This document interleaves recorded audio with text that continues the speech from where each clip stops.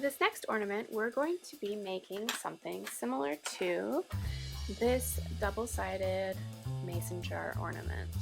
So this actually has cork on one side with a stamp and paper on the other. We're just going to stick with paper because I don't have any more cork, but we've got lots of patterns to choose from, so it's still going to be super cute.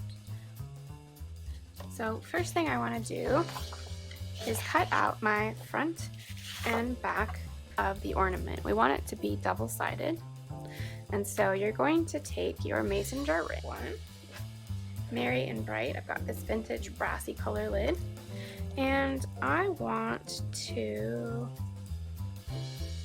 make sure that the design I want is in the center of the ring, and I'm going to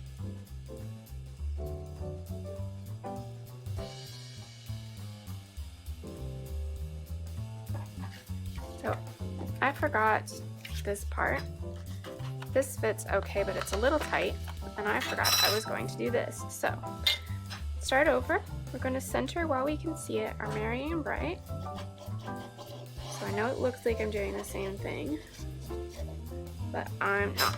So I made an outline with this ring, which is bigger than the actual lid that would have come with it, but now I have a guide and I can see where I need to cut. This lid is the actual size that we need, and this is going to give us our cut line. So you can see here the two lines. One I use as a guide, and then the second one in is when they're actually going to be cutting out.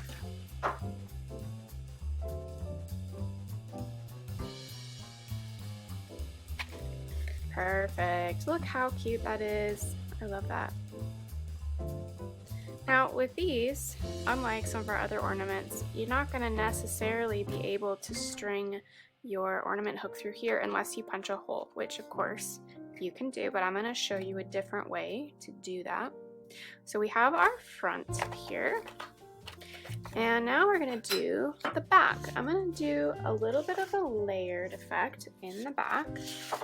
So I'm going to only use this time because it doesn't really matter. This whole pattern is quite pretty.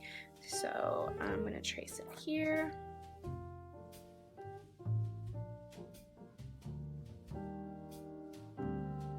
Okay, so let's check the fit of this one. It's going to go in the back. Looks a little tight here. Got a little bump. I'm going to cut that off. There we go. That fits.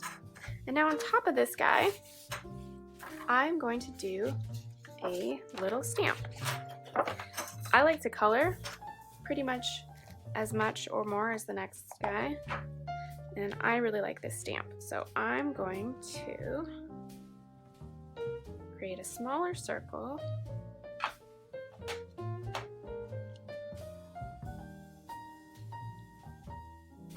with my design on it. Cute. Okay, while that's drying,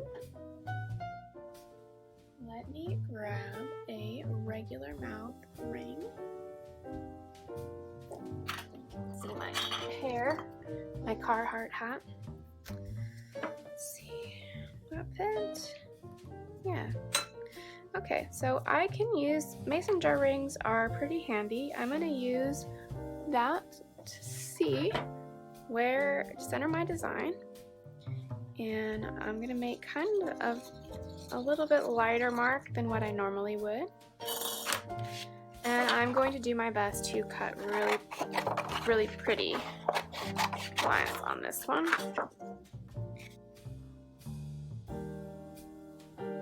Okay, so I'm not a professional circle cutter, but it's gonna just look more handmade, so that's okay. With my Merry and Bright, I'm gonna go ahead and glue it into place, and in order to glue this, I'm gonna use a little bit of hot glue and just put 4 really small dots in here, and I'm going to put my paper in here, hopefully, before my design dries. There we go. Got a little tension there. That's it's still going to be very, very cute. Okay, now I'm going to take a little alcohol-based marker and I'm going to mark the top center. It's really faint, that's okay. Just so I know which side is up when I'm working on the back. I'm going to now use my craft paste. You could use double-sided tape or glue stick. I would use my glue stick, but it is all dried up because I have not used a glue stick in a long time. So this is just like it looks, I don't know if it's supposed to look like that. I really haven't used glue like this in a long time. But I'm just going to put some of this on the back. This feels like grade school, all this paper and glue. And for this, I don't care which side is the top of this pattern. So we've glued now to our Merry and Bright. Now I'm going to glue this guy in the center, and I'm actually going to use hot glue for this because I can. And I'm going to look for my top marking, which is here.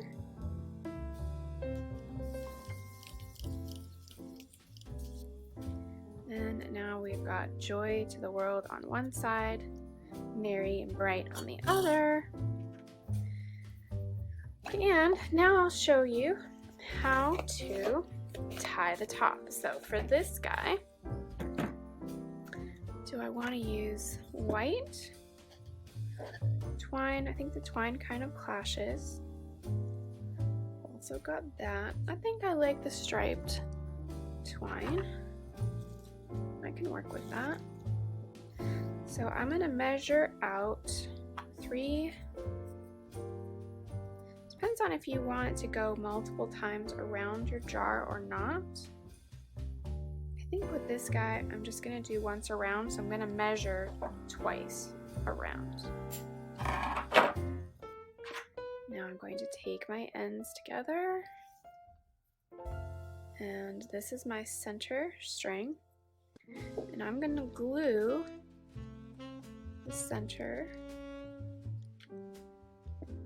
of my string on here. Doesn't have to be exact. And I'm not going to push that glue down with my fingers because it makes it look kind of ugly when I do, so I only use that when I'm hiding that glue. If we've got a little bit extra glue there, but it's going to dry clear.